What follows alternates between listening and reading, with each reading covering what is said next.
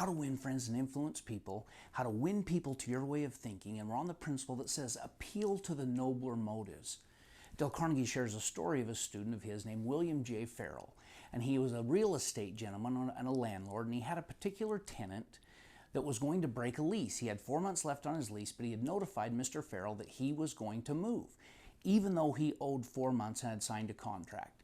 Well, first of all, I guess Mr. Farrell was livid. He was absolutely irate about the situation because of where the guy was coming from. He was going to lose this rent income, didn't learn that much about why he wanted to break the lease, but he did decide to apply this principle.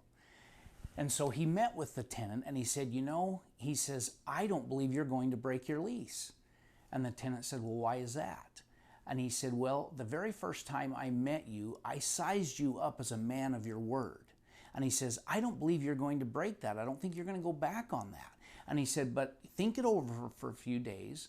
And when you come back on the 1st to pay your rent or not pay your rent, whatever decision you abide by, I will live with. And he says, the gentleman came back and he said, my wife and I talked it over and we are people of our word and we're going to stay until the lease is over. My friends, give people a reason to make a good decision. Believe in them. Appeal to their nobler motives. And you will find that most people will live up to it.